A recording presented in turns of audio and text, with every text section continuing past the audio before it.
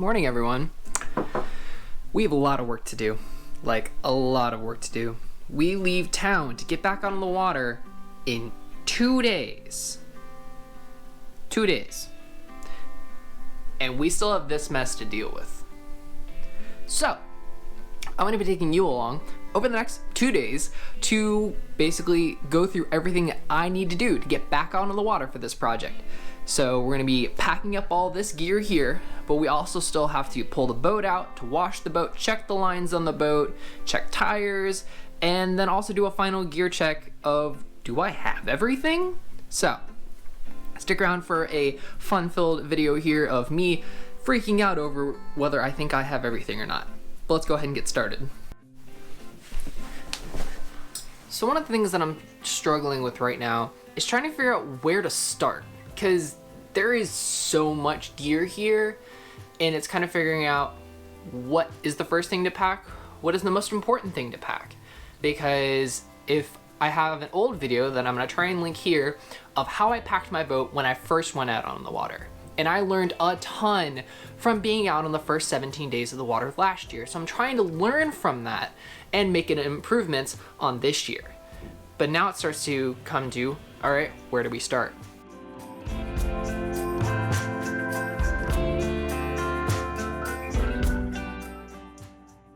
So we're at a pretty good stopping point here. I've got a lot of things bagged up. There's still a few more things to bag up.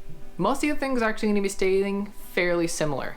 But one other major difference is for my tent. So if you remember from one of my videos of how I sleep on my tent, I'll go ahead and link that one here. My tent was originally kept just wrapped up in a tarp. Now, it worked, but not super well, and unpacking it from the tarp and packing it back in the tarp was a real pain, especially when I was on the water.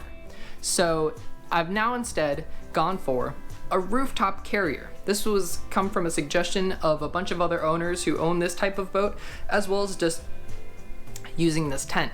That you can use a car top carrier, which are already waterproof for the most part, and just use that as my storage container for when I'm on the boat, and it should hopefully make it a lot easier to keep it dry, as well as get it on and off the tramp and then easily set up and broken down. But we'll see how it goes.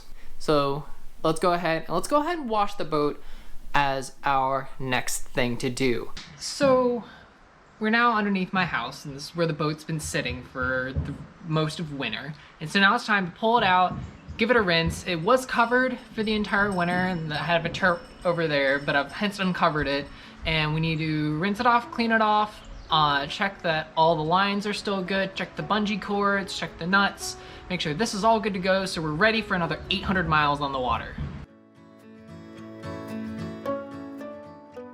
So as you can see, I've now pulled out the boat, and it is gross. I mean, I can just see from my hands and even my shirts, it is covered in pollen, because we are very much here in North Carolina. It is pollen season.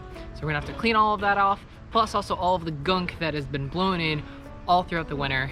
So we need to clean this out, as well as we need to check some critical components.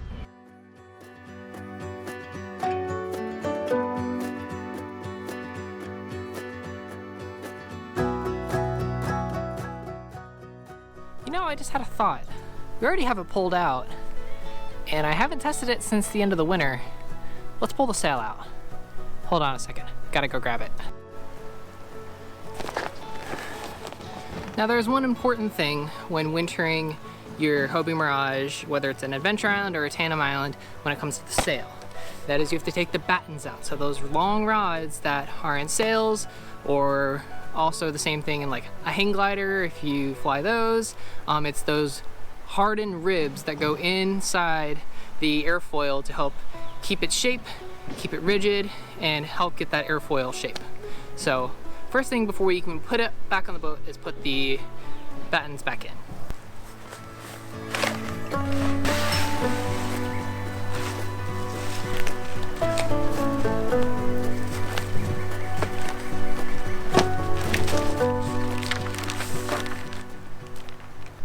Now one other thing to keep in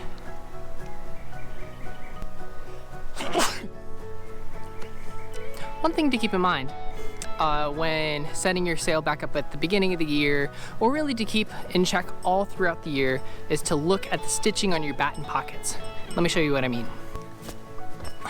Now, under the course of a fairly useful sailing season, these batten pockets are going to go under a lot of stress, particularly if you're sailing in stronger wind situations. So you want to look particularly up at the top here at these top stitches here, because once those start to fray, then it's all downhill from there.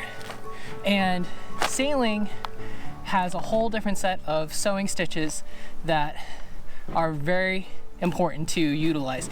You can, in a pinch, you could do normal sewing techniques, but really knowing how to do sail repair is really a good thing to do for preventative maintenance on your sail, so that you do not run into any issues when you're on the water. Because I actually had to do that on another part of this sail. Let me show you. And now, I'm down at the closest batten pocket down to the clew, which is the corner of the sail here. And you can see this one has had a patch on it. And that's because I'll see if I can find a picture and throw it up here of what happened when it ripped. That the stitching came out at the top here and just unfurled down.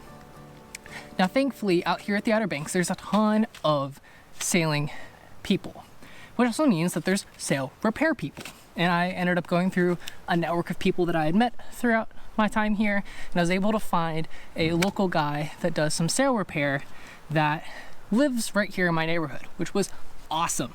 Great guy to talk to, awesome stories, but he was able to give me this patch and do a quick repair for me.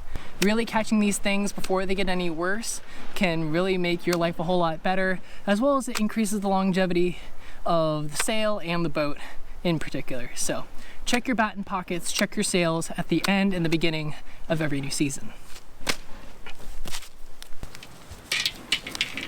Now, you also got to put these battens back in correct, that you have obviously two different ends.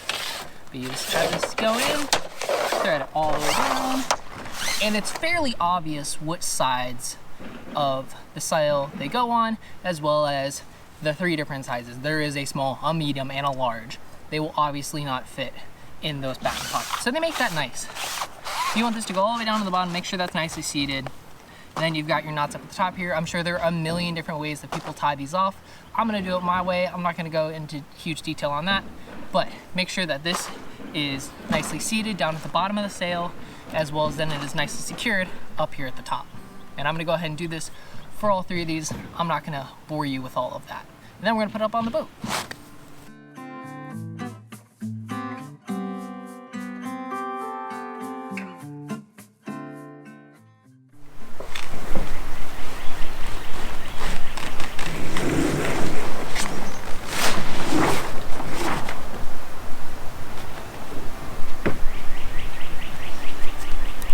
It works! Alright, but now I gotta throw it back.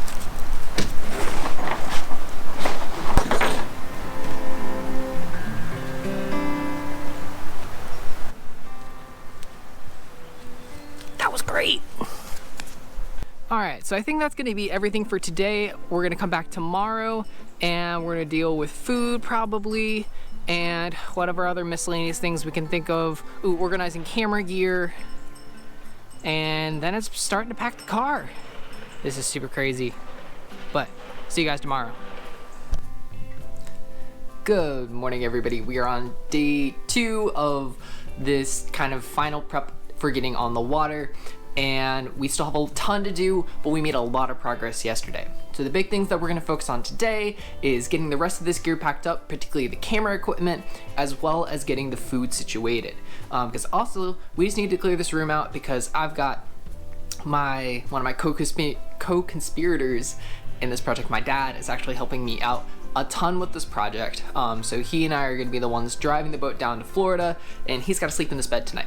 So, we gotta clean up this room, and let's go ahead and get on with the day.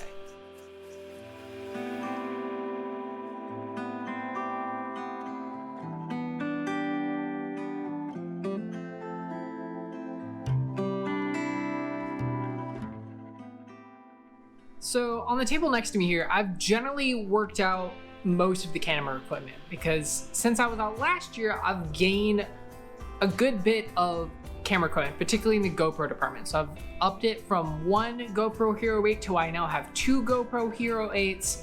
I've also added a softbox light to the kit, as well as a little cube light for some lighting at night as well. So adding that all in, I now have this here, this Pelican case, which I had from last time. Then I also have this box here for all of my GoPro equipment. So it's now separated of my DSLR, my Nikon, and then my GoPro equipment. I've got a few other dry boxes back here as well that'll be holding everything from like power bricks to charging cables, anything like that. But for the most part, it's gonna be these two cases that are gonna be holding most of the camera equipment. When it comes to food, I've go ahead and I've washed all of my water containers as well as some of my food containers, and we're gonna go ahead and pack that up. I'm not gonna bore you by that, but those are the last two things. You see, I've got all the equipment packed up behind me here. My clothes are laid out ready to go as well, and we're just gotta go and pack up the car. But I'm gonna go ahead and end things here. So thank you all so much for watching. If you like this video, go ahead and give it a thumbs up, as well as if you have any recommendations for equipment, or if you have any thoughts or questions about the equipment that I've been using, go ahead and throw that down in the comments below, and continue to subscribe if you haven't already, because this project is about to take off again for another 800 miles up the ICW. So thank you all so much for watching, and I'll see you out on the water.